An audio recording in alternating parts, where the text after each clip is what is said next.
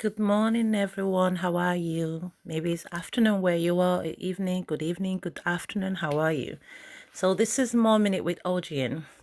Now, I'm trying to see if I can do like a 5 minute podcast or maybe less because I'm trying to go out and I have very few minutes before I can leave.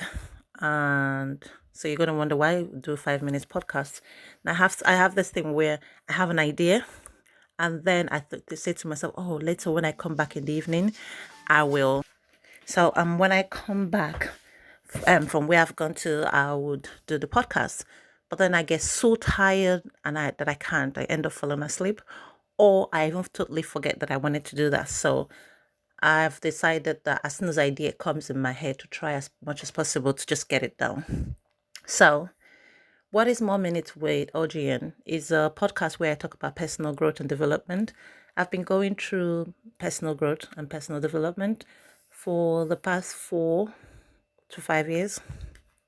And I think after COVID, it started getting even much better because I became more focused. And the more I learned about myself and learned about the mind and so on, the better the change that I found in myself. So recently I've noticed a lot of change. At first the changes are so small that you don't even notice it, but other people might notice it, but you wouldn't notice it. But after a while, it starts getting even better. So, for instance, from when I was little, I don't smile, and it never occurred to me that I did that. But I know people mentioned it. I would walk on the road, somebody would say, "Oh, it can't be that bad," you know, and I'll just laugh because I kind of knew what they were talking about. They were talking about the way my face was screwed up. But most of the time, I'm lost in thoughts, and it's because I'm planning, okay, I have to go to this place, and then I have to do this, and I have to do that. And then my face is contorted because of it. That's what I just thought it was. But recently, when I started writing the book Forged in Fire, which was about a story about myself, and I started pushing myself to look through the stories about things that happened to me and so on, and how they affected me this in my current life, because until you understand that, you don't know you wouldn't fully know how to heal yourself in order to get yourself out of that and change completely. So anyway, one of the things that I found out was that I can't remember any picture that I've taken since when I was little that I was smiling in. And I went looking for some of them. I only have a few of them. I don't have a lot. I don't think that we took a lot of pictures when we were little, or even when I was a teenager. But I went to look at all the other pictures, including the ones as an adult, and there was none that I was literally smiling. I only found about 3 pictures that I smiled in, and that was my graduation picture. So my first graduation picture, undergraduate degree, and the postgraduate degree, and that was because it was a professional picture, and the person taking the picture said to me, "Smile." And even then, I didn't smile properly. So that's one set of picture. The second set of picture was when I took a portrait picture with my 2 kids when they were little.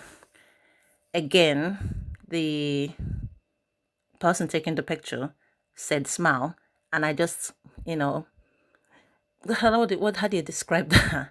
Kind of like smile without showing your teeth. But because I was forcing that, because it doesn't come natural to me to smile. So I have a big portrait of that picture in my house. So every time I look at it, I say, I remember it. But I didn't notice very much about it before. Just recently, I started noticing that. Then the third picture was for my son's graduation picture, his undergraduate degree. Again, the person taking the picture said, smile, and I had to smile. So I noticed that every picture that I wasn't smiling, but recently I've been smiling a lot. And I had to force myself. I had to be conscious of the fact. Remember that I'm not smiling and then smile every time. And then it got better, where I was constantly reminding myself, smile, smile, smile. But I noticed in the past few weeks, I'm smiling a lot. So I'm not even reminding myself anymore. I'm smiling at everyone, and it's just coming natural.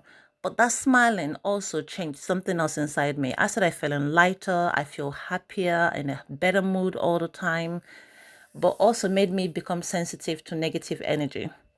So I've always had a bank where I stored negative energy. So every time somebody did something bad, or the weather was not good, or the train wasn't working, or the car wouldn't start, or kids were misbehaving, or somebody was horrible to me, I was just storing these banks of negative energy without knowing. And this negative energy were running my life continuously.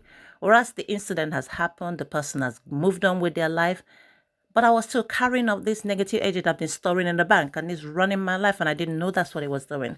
But since I started smiling all the time, I think my bank accounts, the negative energy started depleting, and it started getting replaced with positive energy, which meant now that every time there was a negative energy around me, I sensed it and I tried to move myself away from it. Or I try to figure out a way to uh, deal with it. So, for instance, I was doing an invigilation because I tried to do invigilation in order to get out and meet people and so on. As a writer, I'm stuck in my room all the time on my desk writing, so I don't get to meet people. So invigilation helps me meet so many different people from all kinds of background with so many knowledge and value that they can, wealth of information that they can impact in your life to help you grow and change and transform. So I met so many wonderful people.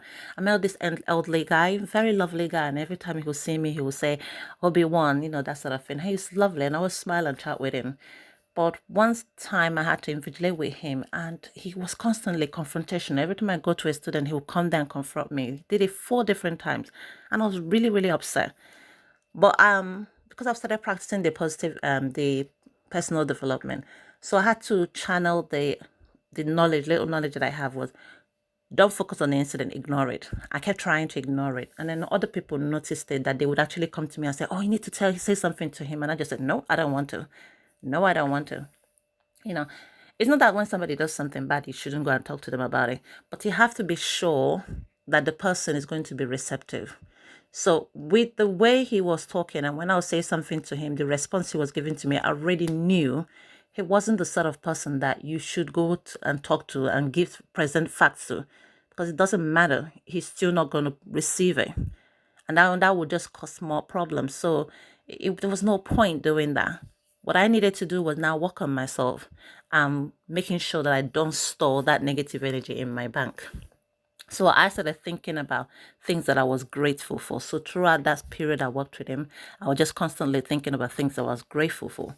Then when I went home, the information of the incident that happened would just pop in my head, and I started telling myself, when something happens, there's a reason.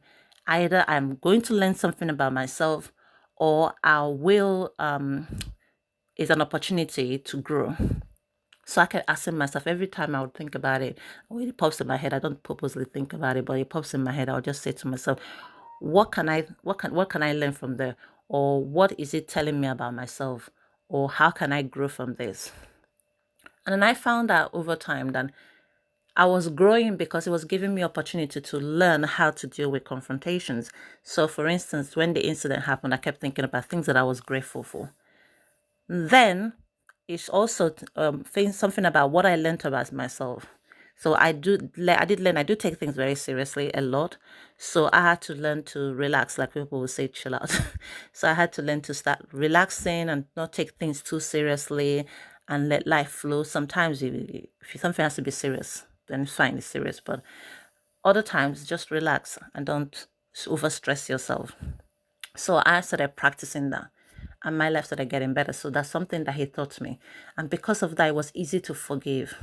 At the time, I wasn't thinking, oh, I haven't forgiven him or angry at him.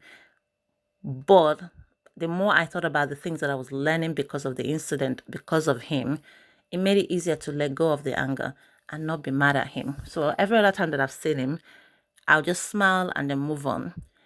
And I'll smile and I'll move on. Yesterday, it just occurred to me that he might think that I hate him, or I don't want to talk to him or so, because I noticed he's been avoiding me. So I went to talk to him.